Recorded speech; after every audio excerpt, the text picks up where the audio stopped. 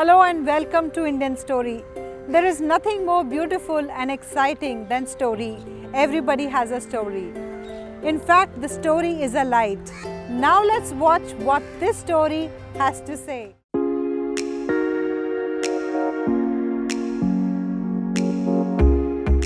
नमस्कार, मैं डॉक्टर अनिल गोयल हूँ। मैं हूँ chairman managing director Goyal hospital and urology centre Krishnanagar Delhi. मैं एक सीनियर कंसल्टेंट यूरोलॉजिस्ट हूँ।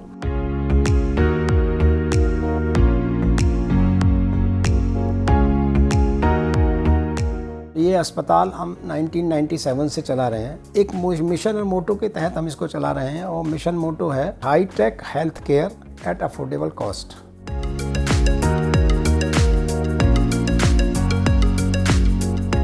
मैं डॉक्टर्स को भी कहता हूँ, पेशेंट को आप उस बीमारी से सेंट्रिक मत समझो, treat them as a human being. आप उसको अपना एक फैमिली मेम्बर समझें, आप अपने उसका साथी समझें और उसी तरह से उसको कम्युनिकेट करें कंपैशनेट तरीके से, तो होगा। पेशेंट को एक मनी मेकिंग मशीन ना समझें।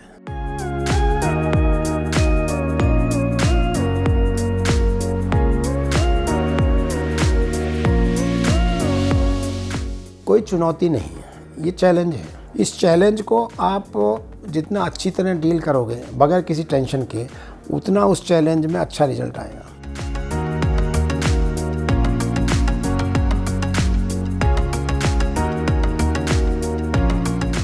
मैं पैदा हुआ दादरी है नोएडा के पास, जो नोएडा पहले वो आती थी बुलंदशहर ज़िले में, फिर गाज़ियाबाद ज़िले में, और वो नोएडा में आती है। दादरी नोएडा रोड पर दादरी एक छोटा सा कस्बा है, तो वहाँ पैदा हुआ और वहाँ पर ही पहली स्कूलिंग जो 12वीं क्लास तक है हिंदी मीडियम में वहीं पर हुई। हमारे जो पेरेंट्स थे, छोटी सी उनकी दुकान थी, जैसे मानिए छोटी सी किराना की ऐसी दुकान थी। तो मुझे लगता है कि हमारे फादर का सबसे बड़ा योगदान ये रहा कि इतनी मीगर इनकम के बावजूद उन्होंने ये चाहा कि ये बच्चे सारे पढ़ लिख जाएं, तो हमारे सारे भाई बहन पढ़े लिखे, पहली बात। और मैं फिर वहाँ दादरी से निकल कर पहले मैंने आगरा में पढ़ा सेंट जॉन्स कॉलेज में, फिर मैं लखनऊ मेडिकल कॉलेज में गया। हो सकता है उन दिनों हमको कई बार पैसे की कमी भी हुई और हमने अपने दोस्तों की सहायता भी लेनी पड़ी। मेरे ऐसे दोस्त भी मैं समझता हूँ कि आज भी वो मेरे दोस्त हैं, जिनको मैं कहता हूँ यार तुम्हारे से मैंने तब वो 50 रुपये लिए थे या 100 रुपये लिए थे। लेकिन कभी भी ऐसा महसूस नहीं किया कि भाई कोई कमी है मैंने, या कभी कोई बहुत अफसोस किया हो यार बड़ा। कभी कभी लगा कि पैसे की कमी है, तो ये पार्ट ऑफ लाइफ ऐसा समझ के हम लोग चलते रहे, तो आज यहाँ हैं। कि वो तो बहुत छोटा सा कस्बा था। अब आप सोच लीजिए 70s में, तो ऑब्वियसली वो क्या खेलने के वो चीज़ें थी, गुल्ली डंडा है या वो कंचे वाली चीज़ें हैं, तो इसी प्रकार के खेल थे। निश्चित रूप से वहाँ भी उस टाइम भी संघ की शाखा लगती थी, छोटी शाखा थी, 10-12 पंचे, जिसमें कि वो थोड़ा फिजिकल एक्सरसाइज, उसमें भी मैं ज़रूर जाता था। हम लोग जब संघ की शाखा बचपन में वहाँ जाते थे तो उससे डिसिप्लिन सीखा, उससे कुछ फिजिकल डिसिप्लिन्स भी सीखे, कुछ आपको परिश्रम करना, श्रम करना, ऑनेस्टी की भावना, लोगों की सेवा करने की भावना सीखी। चूँकि वो कॉलेज में गए तो कॉलेज में वो इतना नहीं रहता, तो हम लोग फिर उसमें जो उनका मेडिकल ऑर्गेनाइजेशन है तो उसके साथ हम लोग जुड़े रहे कॉलेज में, या उसके बाद नेशनल मेडिकल एनएमओ के साथ मैं जुड़ा रहा। या फिर दिल्ली आया तब भी फिर एनएमओ का मेंबर रहा, सक्रिय मेंबर आज भी हूँ। दादाजी का नाम बद्री प्रसाद था और दादी का नाम सोना देवी। और देखिए कितनी बड़ी बात है कि वो एक खुर्जा शहर से आकर दादरी में आई, और उसके बाद उनके भाई लोग रहते थे मुंबई, और उस टाइम में वो कई महीने मुंबई जाती थी, फिर हम लोगों के लिए चॉकलेट और ये सब लेकर आती थी। तो वो मुझको याद है उनके बारे में। मैं ये कहूँगा कि I miss her a lot. मेरे फादर का नाम सीताराम जी गोयल था और मेरी माताजी का नाम मूर्ति देवी। तो फादर का, जैसे मैंने कहा कि उन्होंने अपनी जितनी उनकी चादर थी उससे ज़्यादा कोशिश की बच्चों को पढ़ाने में। वो हो सकता है उन्होंने लोन लिया हो जो हमको नहीं मालूम, उन्होंने कुछ एक्स्ट्रा मेहनत की हो जो हमें नहीं मालूम। कई बार हमें ऐसा लगता था उस वक्त, जो यादें आप पूछ रही हो, कि यार हमको ज़रूरत है 100 रुपये की, ये 20 रुपये हमको दे रहे हैं, तो शायद उनकी मजबूरी थी, तो उस टाइम बुरा लगता था। लेकिन आज मैं सोचता हूँ कि उसके बावजूद, कमी के बावजूद वो 20 भी दिया या 30 दिया, और हम लोग अपना पढ़कर आज यहाँ पहुँचे। तो निश्चित रूप से सोच तो थी, अपनी मीन्स के बाहर जाने की भी सोच थी। तो मुझे लगता है कि ये एक पार्ट उनका रहा जहाँ कि मैं एक डॉक्टर बना। संस्कार का सबसे इम्पोर्टेंट है कि हार्ड वर्क और ऑनेस्टी, 2 चीज़ें जो मैं समझता हूँ कि बगैर जो मेहनत का कोई शॉर्टकट नहीं है, आपको मेहनत करनी ही पड़ेगी। हमने उनको देखा सुबह 6 बजे से रात के 8-9 बजे तक काम करते हुए, हमने देखा उनको ऑनेस्टी से काम करते हुए। तो वही हमारे भावनाएं। फिर उसके साथ सारे के सारे हमारी माता जी की भी मैं बात करूँगा तो रिचुअल्स सारे होते थे, इतनी सारे रिचुअल्स थे हमको। आज तो होली, दिवाली और इन रक्षाबंधन और इनकी भी बात करते हैं तो, लेकिन वो कोई ऐसा नहीं, तो कोई एकादशी है, कोई पूर्णिमा है, और कोई सोमवार का व्रत है, तो कोई शनिवार का व्रत है, तो कहीं कोई शादी हो रही है तो उसके तमाम तरीके के रिचुअल्स हैं जो आज शायद हमारी यादों में भी नहीं है। वो मैंने उस वक्त देखे। कि मेरे से बड़े भाई हैं, वो विजेंद्र हैं, वो अपने बिजनेस करते हैं। मेरे से छोटा है वो विनोद है, वो बिजनेस करते हैं। और उसके अलावा जो सबसे छोटा है राजीव, वो इंजीनियर है, वो अपनी पेपर फैक्ट्री चलाते हैं। तो ये 4 भाई हैं, 2 बहनें, एक के हस्बैंड ये दिल्ली में रहते हैं, वो CMD होकर ब्रजवाला हैं, तो वो CMD बैंक ऑफ बड़ौदा से रिटायर हुए हैं। दूसरी बहनें जयपुर में रहती हैं, कृष्णा जी, तो वो उनके हस्बैंड की वो डेथ हो गई, वो बिजनेस करते थे अपना। भाई बहनों में देखिए उस वक्त का और आज का मैं मिला हूँ तो जैसे आज बहुत ज़्यादा क्लोजनेस होती है, बहुत ज़्यादा बड़ी और ये सब है, तो हम लोगों में इस तरह का बहुत नहीं रहा कि हम लोग बहुत ज़्यादा आपसी बातचीत करते हों, आपसी कम्युनिकेट करते हों शायद। और मैं वैसे 12th के बाद बाहर ही चला गया, तो मुझे लगता है वो कम्युनिकेशन उतना नहीं था जितना आज के बच्चों में। 1986 में 20 जून को शादी हुई। डॉक्टर निरुपमा गोयल गायनेकोलॉजिस्ट हैं, इलाहाबाद से पढ़ी, और उनका रोल ये है कि she is the best critic, she is the worst critic of mind. तो वो बोलते हैं ये ऐसे करना है, ये चीज़ ऐसे ठीक है, तो वो कोर्स करेक्शन करती रहती है हमारे का। तो वो साथी भी है, क्रिटिक भी है, दोस्त भी। और जैसे मैंने कहा ये अस्पताल यहाँ इस एरिया में शुरू करने का भी उसी का आइडिया था कि भाई हमको इस एरिया में करना चाहिए। और she still seeing patients in 20 rupees in Raghuvarpura area, वहाँ से शुरू किया उसने जैन चैरिटेबल हॉस्पिटल से 10 रुपये में, आज भी उस एरिया में हो जाती। और यहाँ तक आने में, इस अस्पताल को इस स्थिति में लाने में हमारे डॉक्टर निरुपमा गोयल का भी बहुत बहुत बड़ा योगदान है। देखिए बेटी है वो अपना डिज़ाइनर है, एक्सपोर्ट करती है, तुहिना गोयल, और उसने अपनी नोएडा में फैक्ट्री है उसकी, और आर्टिफिशियल ज्वेलरी एक्सपोर्ट करती है, 20 देशों में करती है। अच्छा अपना बहुत मेहनती है वो, उसको लोग कहते हैं कि male version of doctor Anil Goyal है, वो इससे ज़्यादा मेहनत करती है। मेरा बेटा है तुषार और उसकी पत्नी का नाम है प्रियंका। और सबसे पहले तो मैं कहूँगा I am proud of both of them. Priyanka है, अब उसने MD एनेस्थीसिया करने के बाद राम मनोहर लोहिया हॉस्पिटल दिल्ली से अभी DM ऑन्को एनेस्थीसिया कर रही है, all India institute of medical sciences Delhi से। और बेटा है वो MS सर्जरी करने के बाद सीनियर रेजिडेंसी कर रहे थे राम मनोहर लोहिया, अभी वो MCH यूरोलॉजी ज्वाइन करने की तैयारी कर रहे हैं। देखिए मुझे लगता है कि वो मॉडर्न भी हो लेकिन अपनी परंपरा को भी जाने। उसको मैं चाहूँगा कि उसको विरासत भी मिले, परंपरा भी मिले, और वो उसका मॉडर्न आउटलुक भी हो। ये मेरी सोच है, ये हम कोशिश करेंगे कि उसमें आए। वो अपने एल्डर्स की इज्जत करना, अपने भाइयों के साथ प्रेम रखना, भाई बहनों के साथ, ये जाने। देखिए मैंने 97 में ये शुरू किया, तो एक छोटे सामने 100 गज के प्लॉट में शुरू किया जिसके ऊपर हम लोग रहते थे। और मैं I was a first urologist MCH in east Delhi, 92 की बात बता रहा हूँ। तो माई वाइफ इज़ गायनेकोलॉजिस्ट, तो मैं उसका श्रेय उसको थोड़ा देना चाहता हूँ कि भाई हमने कृष्णा नगर में क्यों शुरू किया। I had the option to join all India institute, I had the option of joining Ram Manohar Lohia hospital and also corporate Apollo hospitals and all. But why we started here कि उसका मूल मंत्र था कि भाई यहाँ हम लोग मान लो 100 रुपये में यहाँ 10 मरीज़ देखेंगे और 100 रुपये में एक देखेंगे, तो हम लोगों को 10 मरीज़ देखना प्रेफर किया। तो एक उसमें एम था कि हम लोग अफोर्डेबल हेल्थ केयर, जो मैं सुपर स्पेशलिस्ट उस टाइम था, कोई था ही नहीं इस दिल्ली, यहाँ शुरू की। तो उसी का शायद मूल एम और मिशन लेकर हम चले। तो पहले हमने फिर 2001 हम लोगों ने शुरू किया ये सामने, उसी के सामने 50 बेडेड हॉस्पिटल, और फिर धीरे धीरे बढ़ाते हुए आज 100 बेड पर पहुँचे। तो ये जर्नी है 97 से अब 2024, तो it is journey of +20 years, जिसमें शुरू में हमने लोगों के साथ सिर्फ 15 डॉक्टर्स जुड़े थे। आज करीब 150 डॉक्टर्स हमारे साथ जुड़े हुए हैं।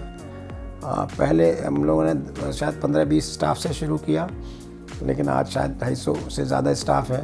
पहले हमारे पास ICU केयर और 2001 तक उतना नहीं था। आज हमारे पास हाईटेक ICU केयर है, नॉन इन्वेजिव डायग्नोस्टिक केयर्स हैं, all kind of laparoscopic surgery हैं। पेशेंट को मैं ऐसे कहता हूँ, अपने डॉक्टर्स को भी कहता हूँ कि इनको, पेशेंट को आप उस बीमारी से सेंट्रिक मत समझो, treat them as a human being, पूरा का पूरा होलसम, और उनके पूरे के पूरे बात करो सिर्फ उस डिज़ीज़ की नहीं, और भी सारी उसकी साइकोलॉजिकल स्टेटस क्या है उसका, और जो फैमिली में क्या है प्रॉब्लम्स। तो हम लोग उस पेशेंट को एक अपना समझ लीजिए अपने घर का मेंबर की तरह समझकर उसको ट्रीट करते हैं। और यही मैं अपने डॉक्टर्स को भी बोलता हूँ कि अगर आपके घर का मेंबर कोई बीमार है, तब आपके पास की फीलिंग क्या होगी, वैसा समझ के जिस दिन आप करने लगेंगे तो वो मरीज़ आपसे खुश रहेगा, संतुष्ट रहेगा। और कई बार 100% रिजल्ट नहीं आता, सर्जरी है या कोई भी है, तो उसमें आपको ब्लेम नहीं करेगा वो। फिर आप उसको अपना एक फैमिली मेम्बर समझें, आप अपने उसका साथी समझें, और उसी तरह से उसको कम्युनिकेट करें कंपैशनेट तरीके से, तो होगा। पेशेंट को एक मनी मेकिंग मशीन ना समझें। आज मैं भारतीय जनता पार्टी दिल्ली प्रदेश की डॉक्टर सेल का सह प्रभारी हूँ, मतलब को चेयरमैन। भारतीय जनता पार्टी दिल्ली प्रदेश की कार्यकारिणी, शाहदरा जिला भारतीय जनता पार्टी का कार्यकारिणी सदस्य हूँ, और यहाँ का कृष्णानगर विधानसभा का अब मैं 2020 में चुनाव लड़ा भारतीय जनता पार्टी के विधायक के तौर पर। भारतीय जनता पार्टी में आने का एक ही सिर्फ कि इसमें एक गरिमा है, इसमें एक सेवा की भावना है, एक संगठन की भावना है। संघ एक विचार परिवार है भारतीय जनता पार्टी का, जो हमेशा से यही सिखाता है कि भाई अपने से पहले राष्ट्र की सोचो, अपने से पहले देश की सोचो, और आप जो भी काम कर रहे हो उसमें क्या ये आप देखोगे कि देश के विकास में इसका क्या योगदान हो सकता है। फिर समाज की सोचो, फिर then come self come last, self will come in the last. देखिए, जीवन में प्रेरणा स्रोत एक नाम लेना तो बड़ा मुश्किल काम हो जाएगा, लेकिन निश्चित रूप से ये मन में था, और पेरेंट्स के भी मन में था, हमारे उसके आसपास के समाज का भी प्रेशर था, और लोगों को लगता था कि भाई इनको डॉक्टर बनना चाहिए। मुझे भी ये लगता था कि मैं एक ऐसे इस क्षेत्र में जाऊं जहां की लोगों की सेवा कर सकूं और सम्मान मिल सके। सम्मान का बड़ा उसमें प्रश्न था, और एक ऑनेस्टी से काम करके सम्मान मिले। तो प्रेरणा तो मुझे लगता है आसपास की फैमिली से, समाज से, और कुछ अपने मन में भी कहीं ना कहीं आया ये बात। कोई चुनौती नहीं है, ये चैलेंज है। इस चैलेंज को आप जितना अच्छी तरह डील करोगे बगैर किसी टेंशन के, उतना उस चैलेंज में अच्छा रिजल्ट आएगा। तो जो चुनौती है उसका सामना करने का एक ही मूल मंत्र है मेरा। तो वो मैं पहली बात तो उसको नेगेटिव में नहीं लेता। एक मेरे लिए चैलेंज आया कि भाई ये काम यहाँ होना चाहिए था, ये नहीं हो रहा, तो उस चैलेंज को आप हेड ऑन लेता हूँ कि इसका समाधान क्या हो सकता है। समाधान एक लाइन है, या नहीं तो सेकंड लाइन भी ज़रूर रखता हूँ साथ। मान लो मुझे लगता है कि इस एक्स ऑफिसर से मिलके या एक्स बंदे से मिलके इसका समाधान हो सकता है, लेकिन मुझे ये लगता है कि ये अगर नहीं हुआ तो सेकंड रूट भी रखता हूँ, सेकंड लाइन। तो और सबसे बड़ी बात है इधर दिमाग में कि कंट्रोल ऑल्ट डिलीट। ये तो कंट्रोल टेंशन, आपको अपनी इमोशंस को जरूर कंट्रोल करना चाहिए। आपको नेगेटिव इमोशंस को कंट्रोल करके एक अपना सेल्फ अप्रेजल करना पड़ता है, सेल्फ एनालिसिस करनी पड़ती है, इसका क्या समाधान हो सकता है। There is no shortcut to success. आपको मेहनत और ईमानदारी और फोकस्ड एम के साथ चलिए तो आप सक्सेसफुल रहेंगे। मेहनत का कोई तोड़ नहीं है, मेहनत करनी पड़ेगी। देखिए, एक एक पल आपका, एक एक मिनट, एक एक घंटा कम होता जा रहा है, तो उसका कुछ ना कुछ आउटपुट मिलना चाहिए। तो मैं यही सोचता हूँ कि अपनी ज़िंदगी से आपने क्या दिया, वो कुछ ना कुछ फ्रूटफुल रिजल्ट हर दिन निकलना चाहिए। तो रात में सोने के पहले आपको पूरे दिन का रिव्यू करें अगर, कि मैंने क्या अच्छा काम किया, क्या बुरा काम किया, तो आपको ये जीवन का सार मिल जाएगा। मान लो मुझे आज संतुष्टि मिलती है कि आज मैंने 4 मरीज़ 10 मरीज़ को ठीक किया, या 4 गरीबों 10 गरीबों की सेवा की, या कोई और बड़ा काम किया जिससे मुझे संतुष्टि मिलती है, तो मुझे रात में नींद अच्छी आएगी। तो जीवन का सार तो यही है कि आपको संतुष्टि किससे मिलती है वो काम करें। और मेरे को लगता है कि मुझे मिलती है, जब अगर एक डॉक्टर की बात करूं, तो जो मरीज़ ठीक होकर मेरा धन्यवाद करता है, उसके चेहरे पे जो मुस्कुराहट होती है, वो मेरा ख्याल है वही मेरा पेमेंट है। हर फिक्र को धुएं में उड़ाते चला गया, शोले कह सकते हैं आप। इतने उस वक्त की इतनी अच्छी फिल्म थी हमारे वक्त की। और एक जो एकदम जिसने वक्त के आगे फिल्म है, जैसे बॉबी थी, वक्त के आगे की फिल्म थी, तो मुझे वो लगती है अच्छी फिल्म जिसमें कि कोई सोशल मैसेज हो, कोई सोशल चेंज की उससे उम्मीद रख सकते हो हम। इंडिया अब्रॉड तो 40 देशों में मैं जा चुका, और ये इसमें मुझे जाने का इसलिए भी मौका मिलता है कि मैं यूरोलॉजी सोसाइटी ऑफ इंडिया का काउंसिल मेंबर रहा, नॉर्थ जोन यूरोलॉजी सोसाइटी का प्रेसिडेंट रहा, दिल्ली मेडिकल एसोसिएशन IM में रहा विद सचिव।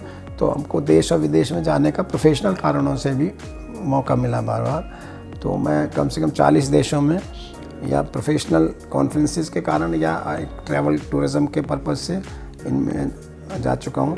और देश के तो मुझे लगता है नॉर्थ वेस्ट ईस्ट साउथ, मतलब करीब 60-70% देश देखा हुआ मैं। मुझे लगता है किताब पढ़ना सबसे बड़ा है, और हिस्ट्री में मुझे बड़ा इंटरेस्ट आता है, और दिस जियोपॉलिटिक्स। तो समाज को हम लोग जो हैव नॉट्स है और हैव, उसकी खाई कैसे कम पाट सकते हैं, उनकी दूरी कैसे कम कर सकते हैं। वो अगर बड़ा मौका मिलेगा तो बड़ा, और यहाँ अपने छोटा मौका है तो उसमें भी हम कोशिश करते हैं कि हमारे आसपास जितने जो हैव नॉट्स हैं उनको स्किल बिल्डिंग कर सकें, उनको पढ़ा लिखा के नौकरी लेने लायक बना सकें। जहाँ कहीं मान लीजिए अब अगवान क्लोज की कहीं जहाँ ज़रूरत है वो है। बाढ़ जैसे आई, अभी हमने बीच में यमुना में बाढ़ आई तो 3-4 हफ्ते हमने पूरा 24 घंटे ये पुल पर पूरा हमारा भंडारा, और इस तरह के काम हम लोग करते रहते हैं। तो खैर और अलग चीज़, लेकिन बड़ी बात यह है कि हैव नॉट्स और हैव की खाई को ख़त्म करने के लिए अंतिम व्यक्ति जो है समाज का, उसको कैसे फ़ायदा पहुँचे, नवयुवकों को कैसे नौकरी स्किल बिल्डिंग करके नौकरी मिले, महिलाओं को कैसे एम्पावर कर सकें, ऐसा मेरा सोच है। कोविड की जब फर्स्ट वेव शुरू हुई तो हम सबसे पहले थे जब हमने यहाँ कोविड IPD शुरू की, और वो एक अफोर्डेबल कॉस्ट जो हमारा मोटो है वो उसको शुरू किया। और सबसे इम्पॉर्टेंट बात यह है कि उसका जो IPD बेड्स थे, जो पेशेंट्स थे, उनका कम्युनिकेशन, उनका जो देखभाल हमने CCTV के माध्यम से खुद किया, जो मैं यहाँ पर 9 बजे से 3 बजे तक खुद यहाँ रहता था। दूसरी बात, जब दूसरी वेव आई और बहुत ख़तरनाक वेव आई, उस दौरान हमने इस बिल्डिंग में करीब 125 बेड शुरू किए, और मुझे लगता है सबसे बड़ा चैलेंज उन दिनों ऑक्सीजन था, बट उसको भी हमने दिन रात हमारी टीम ने मिलकर उसको झेला। नॉर्थ ईस्ट दंगे करीब 16-17 फरवरी को शुरू हुए, तो we were the first to start medical and legal aid in north east area. Shiv Vihar जो हम लोग कहते हैं उधर शुरू हुआ, और इसमें हमने सहयोग किया सेवा भारती के माध्यम से, हमने सहयोग किया राष्ट्रीय स्वयंसेवक संघ के माध्यम से, और वहाँ की लोकल सिविक सोसाइटी के माध्यम से, जो अगले 3 महीने तक वो चलता रहा। मैं north zone urology society of India का अध्यक्ष रहा हूँ, यूरोलॉजी सोसाइटी ऑफ इंडिया का मैं काउंसिल मेंबर रहा हूँ, और दिल्ली मेडिकल एसोसिएशन का अध्यक्ष रहा हूँ, इंडियन मेडिकल एसोसिएशन हेडक्वार्टर का वित्त सचिव रहा हूँ। तो हमारा ये मेरा कि हमारे डॉक्टर्स की जो मेडिकल फील्ड के डॉक्टर्स हैं, उनकी जो स्किल है वो अपग्रेड हो, उनकी एजुकेशन है वो अपग्रेड हो, और इसके अलावा वो सोसाइटी के लिए भी एक बेहतर काम कर सकें। तो एसोसिएशन के माध्यम से हमने सोसाइटी की आउटरीच भी की, प्रोस्टेट डिजीज अवेयरनेस प्रोग्राम, ऐसे बहुत सारे प्रोग्राम किए जहाँ पर यूरोलॉजी सर्विसेज नहीं है वहाँ यूरोलॉजी सर्विसेज पहुँचाने की कोशिश की, और यूरोलॉजी सर्विसेज को इंटरनेशनल मैप पर लाने की कोशिश की, जैसे कि वो सोसाइटी इंटरनेशनल यूरोलॉजी को यूरोलॉजी सोसाइटी से जोड़ा। आज ये स्थिति है कि यूरोपियन एसोसिएशन ऑफ यूरोलॉजी है या अमेरिकन यूरोलॉजी एसोसिएशन है या सोसाइटी इंटरनेशनल यूरोलॉजी है, वो सब यूएसआई से टाई अप करना चाहते हैं। तो ये हमने और हमारी टीम ने करने की कोशिश की और हमने अचीव की। दिल्ली मेडिकल एसोसिएशन का खास तौर से जहाँ जहाँ लोगों की समस्याएं हैं, डॉक्टर्स की समस्याएं हैं, जहाँ समाज की समस्या है, उसमें बड़ा काम किया। मोदी जी नेता नहीं, मोदी जी युग पुरुष हैं। ये एक ऐसे हिंदुस्तान को मिले हैं जो हिंदुस्तान की दिशा और दशा बदल रही है। हिंदुस्तान जो एक विकासशील देश समझा जाता था वो अब विकसित राष्ट्र की श्रेणी में आ रहा है। जो हमारी इकोनॉमी है जो अभी पहुंच गई है 5th पे, अभी वो 3rd पे आ जाएगी मोदी जी के काल में। इस कालखंड को आप देखिएगा याद किया जाएगा 370 धारा खत्म करने के लिए। इस कालखंड को याद किया जाएगा 500 साल पुराना जो हमारा राम मंदिर नहीं बन पाया था उसको बनाने में ये याद किया जाएगा, विरासत के बढ़ाने में ये याद किया जाएगा, विकसित भारत की नींव रखने में ये याद किया जाएगा कि जो स्पीड है, जो स्केल है इंफ्रास्ट्रक्चर डेवलपमेंट का, जो स्केल है गरीब कल्याण की नीति का, वो एक्सपोनेंशियल है। वो जो पहले एक काम, जैसे हम एक रोड की बात करें, पहले 7 किलोमीटर रोड बनती थी, अब 33 किलोमीटर रोड प्रतिदिन बनती है। तो स्केल है, एक वो मिशन ज़ील है मोदी जी की। मैं कहता हूँ कि वो एक महापुरुष है, युग पुरुष है जो 20 घंटे काम करता है। मैं उनको नमन करता हूँ। पहली बात तो आप फिट रहो, स्वस्थ रहो और किसी व्यसन में ना पड़ो, और अपना एक एम सोचो और उसको छोटा एम हो चाहे, फोकस तरीके से पढ़ो। बड़ा अच्छा आप काम कर रहे हो सकता है मेरे अलावा बहुत से लोगों की और आपने इंडियन स्टोरी की होगी, तो अगर इससे कुछ लोगों में भी ये मैसेज गया कि मेहनत का कोई बाई प्रोडक्ट नहीं है, शॉर्टकट नहीं है, मेहनत करके ईमानदारी से अपने फोकस्ड एम के साथ चलें, तो मुझे लगता है आज की ये स्टोरी सक्सेसफुल है। और आपकी बाकी स्टोरी भी शायद इनमें कुछ ना कुछ बताती होंगी युवा लोगों को, तो वही सक्सेस है आपकी इंडियन स्टोरी की। Yes, we are all unique. We come and go, but these stories are legacy forever. Do share your story with Indian Story anytime, anywhere. And don't forget to subscribe our channel